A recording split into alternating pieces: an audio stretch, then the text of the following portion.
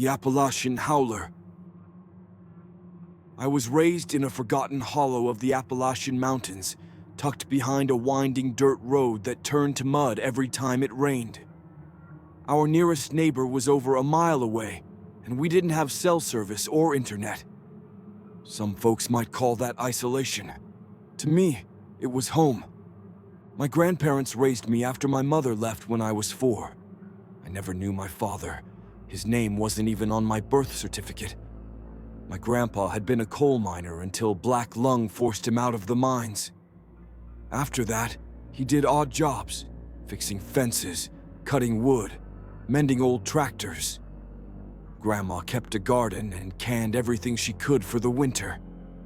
We lived simply, surviving off Grandpa's disability checks and whatever meat he could hunt. I never felt poor, just distant from the rest of the world. One of my earliest memories is sitting on Grandpa's knee by the wood stove while he told stories, dozens of them. Stories of the Cherokee, blood feuds that ran through generations, and creatures that lurked where the sun never touched. But none stayed with me like the tale of the Appalachian howler. "The howler," Grandpa would whisper, his voice going low like he didn't want the thing to hear. "Been here longer than any of us, longer than the trees even. It's not just an animal, it's something else." He described it as part bear, part wolf, but larger than both. Its scream could freeze your blood, he claimed. "If you ever hear the howler out there in the dark, remember this," he'd say, fixing me with those cloudy gray eyes. "As long as it's howling, you're safe. But if the howling stops..." He'd let the silence hang like smoke from the stove. "If it stops, it means it's found you."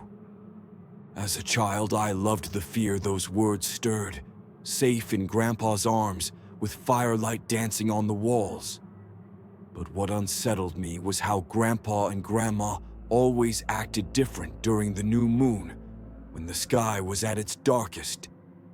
They'd lock the doors twice, bring in extra firewood, draw the curtains tight. And I was always inside well before the sun touched the hills.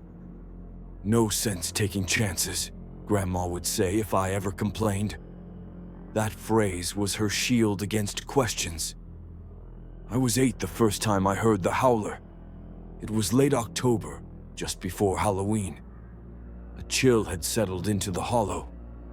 I was in bed, not asleep yet, just watching the shadows flicker across the ceiling from my nightlight. That's when I heard it, low at first, like the wind moaning through the trees. But then it rose, building into a wail so unnatural it made every hair on my body stand straight. It wasn't a coyote. It wasn't a wolf. It sounded broken, like vocal cords torn and raw, screaming through pain. The cry shifted in pitch and rhythm, like it was trying to speak a language too old for me to understand. I bolted from bed and ran to my grandparents' room. Grandpa was already at the window, shotgun in hand. Grandma reached for me with open arms, pulling me close. "Hush now," she whispered, rocking me like I was still a baby. "Is that the howler?" I asked. She didn't answer, just held me tighter. We stayed in their room that night, playing Yahtzee, reading aloud from Grandpa's Bible. But all the while, the howling continued, moving from ridge to ridge. At times it sounded so close, I swore it was on our porch. At others it faded into the hills, but it never stopped, not until the faintest light touched the eastern sky. Grandpa was asleep in his chair the next morning, the shotgun still across his lap.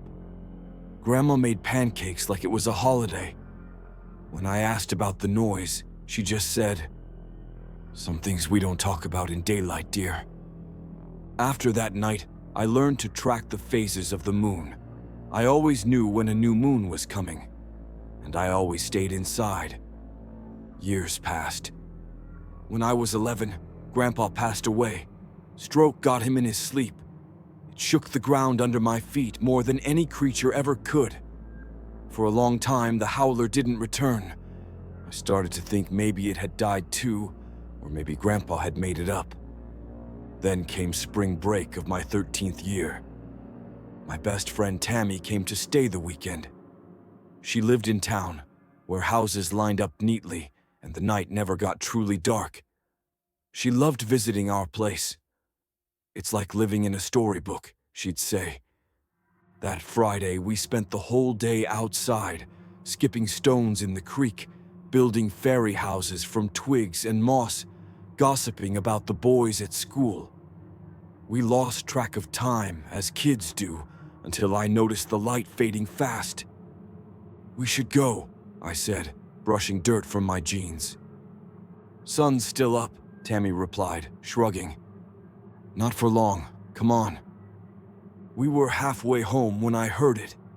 That sound, that voice from the woods. It started soft, rising in that same garbled, grating pattern. It hadn't changed a bit. I froze. My skin broke out in goosebumps. "What's wrong?" Tammy asked, pausing. The howl came again, closer. "We need to run, now." She laughed. "It's probably a mountain lion or something." "That's not a cat," I snapped. "That's the howler." Tammy raised an eyebrow. "Seriously? That old story?" Another scream shattered the air, louder now. Tammy didn't argue anymore. We started running, at first just jogging. Then we heard something huge crashing through the underbrush behind us, something heavy, fast, and furious. We ran faster. The trail blurred beneath our feet. My lungs burned. I glanced back and saw nothing, but the crashing sounds were growing louder. Then came silence. Total, terrifying silence. Even the birds stopped singing. No wind, no rustling leaves. Tammy stumbled.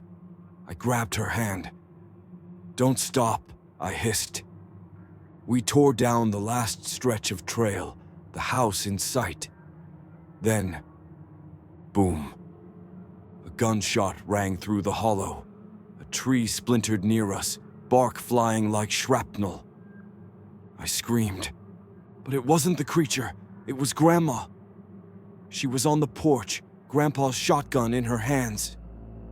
"Run, girls!" she screamed. "Get in the house!" We obeyed. I'd never moved so fast. We crashed through the door and slammed it shut behind us. Grandma threw the bolt, breathing heavy. "What were you thinking?" she scolded, voice shaking. "Out this late? On a new moon?" I didn't have the heart to tell her I'd forgotten. I just said sorry over and over. That night, we stayed in the living room. Hot chocolate, blankets, Yahtzee. But none of us could relax. Later, Grandma admitted she'd seen it. Just a glimpse.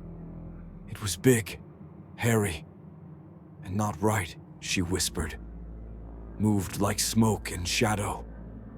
I asked if she thought Grandpa had really seen it too, all those years. She didn't answer. She didn't need to. I moved to the city after high school, new friends, new job. But whenever I visit Grandma, I still find myself checking the moon phase, and every now and then, late at night, I'll step onto the porch, stare out into the trees, and listen. Not for silence, but for the howl that means I still have time to run. The Snai-Gaster. My wife and I have always felt at home in the woods. We were both born and raised in the heart of Virginia, in different towns, but surrounded by the same thick Appalachian forests. It was only natural that when we got married in 2009, our shared love for the outdoors became a yearly tradition. Every fall, right around the first frost, we'd take a week off work and head up into the mountains for hunting season. It was never about the trophies for us. Sure, we brought back venison and made jerky for our families, But what we really wanted was the silence. The kind of silence you can only find in places where the trees outnumber the people 100 to 1. We rented the same cabin every year. It belonged to a wiry old man named Earl, who had lived in those woods for over 70 years. Earl barely charged us anything, as long as we left him some jerky on the porch when we left. I remember our first few trips being almost magical. Campfires under stars that looked close enough to touch. The gentle crunch of frost underfoot at dawn. Sometimes we saw deer, sometimes we didn't. But the quiet was always enough. Until 2014. That year, the weather had been unusually warm for November, and we were having no luck at our usual hunting spot. On the third day, my wife suggested we try further north, an area we hadn't explored yet. Earl had once mentioned it was rougher terrain but rich with wildlife. I should have known something was off when he'd added, "Just don't go too deep. Ain't worth the walk." We ignored that. We hiked 2 miles out from the cabin into an area where the trees were thicker, older. The kind of trees that block out the sun even at noon. It was quiet. Not just peaceful quiet, but unnaturally still. No wind, no birds, no insects.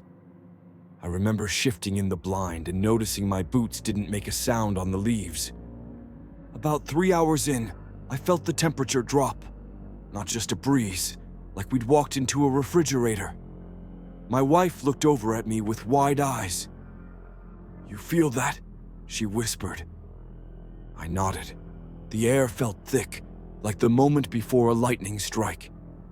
Then we heard it. A screech that didn't sound like it belonged anywhere on Earth. Imagine the sound of metal grinding against metal, mixed with a scream filtered through a blown speaker. It started low, then climbed in pitch until it rattled in your chest. We both froze. Through the trees, maybe 200 yards away, something was moving across the ridge. At first, I thought it was a person. It walked upright, but the way it moved wasn't human. Its legs bent strangely, like a deer trying to stand on 2 feet. It glided between the trees too fast, too smoothly, and it was big, at least 7 feet tall, maybe more. And then I saw the wings, leathery, wide, tattered looking, like something out of a horror film. They unfolded for a moment before folding tightly against its back as it slipped behind the ridge and out of sight. Neither of us said anything for a long time. Eventually, I whispered, "We need to go. Now." We packed up fast, not even bothering to reload our rifles. The screech came again, this time closer, and we both turned instinctively. But there was nothing. It echoed strangely, like it was bouncing off every tree around us. All the way back to the cabin, I felt watched. My wife kept glancing behind us, her hand clenched tight around the stock of her gun. When we got back, we didn't say a word for an hour. We just sat there in silence, staring at the fire. That evening, Earl came by with more firewood, like he usually did. My wife brought up what we saw, trying to sound casual. Earl went quiet, set the wood down and asked, "Where was this?" We told him. He nodded slowly and said, "I figured that place would stir again one day." That's when he told us about the Snægaster, a legend in the mountains. Some folks claimed it was part bird, part lizard. Others swore it had tentacles, like an octopus. The only thing everyone agreed on was the sound. It screamed like bent metal and always brought cold with it. Some believed it was a government experiment gone wrong. Others said it was ancient, older than the trees, older than the mountains themselves. "Don't go back there," Earl warned. "Especially not at dawn or dusk. That's when it hunts." We listened, mostly. For 5 years we avoided that ridge. Every season, we'd stick to the trails Earl recommended. We told ourselves we'd imagined it. Stress, lighting, maybe a big bird, anything but what we'd actually seen. Then came 2019. It was a foggy morning, one of those days where the whole world feels quiet. The last day of our trip. We decided to hunt east of the cabin in a spot we knew well. The fog was so thick, we could barely see 50 yards ahead. It gave everything a dreamlike feel. I almost convinced myself it was peaceful, until we heard the rustling. It came from the thicket ahead, slow, deliberate. I raised my rifle, expecting a deer. What stepped out was no deer. It was hunched and thick, about the size of a black bear. But it had a long neck and something that looked like a metallic beak. Its legs were powerful, but jointed wrong, bending more like a lizard's than a mammal's. From its shoulders stretched 6 thick tendrils that moved like they had minds of their own, curling and sniffing the air. We didn't move, didn't speak. Then it made the sound, that horrible, metallic grinding, quieter than before, but unmistakable. It wasn't just noise. It was like it was speaking to itself. Then it turned toward us. I don't know how, but I know it sensed us. It couldn't have seen us. We were hidden, downwind. But its tendrils stopped moving. Its head tilted, and the grinding grew louder.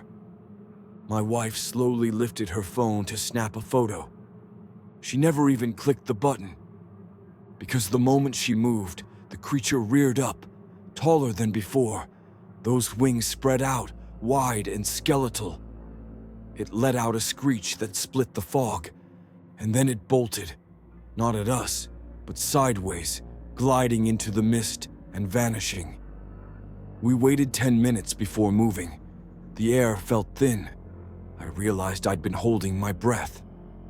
When we got back to the cabin, my wife checked her phone. Not a single photo. She was shaking too hard, she said. Thought she hit the button, but never did. We left that afternoon. Didn't wait for Earl. Just packed and drove, not talking until we were halfway back to civilization. Later that week, my wife dove into research. She found newspaper articles from the 1900s talking about the Snai-Gaster, accounts of tentacled creatures, metal beaks, attacks on livestock. Some even claimed it preyed on people. Most folks think it's just myth. I don't. Because I saw it. Twice. In 2 different years, 2 different locations. And both times, it moved like it was looking for something. Or someone. To this day, I wonder what would have happened if it had chosen to follow us. All I know for sure is this. If you're ever in the Appalachian woods and hear metal screaming through the trees, run, and whatever you do, don't go back.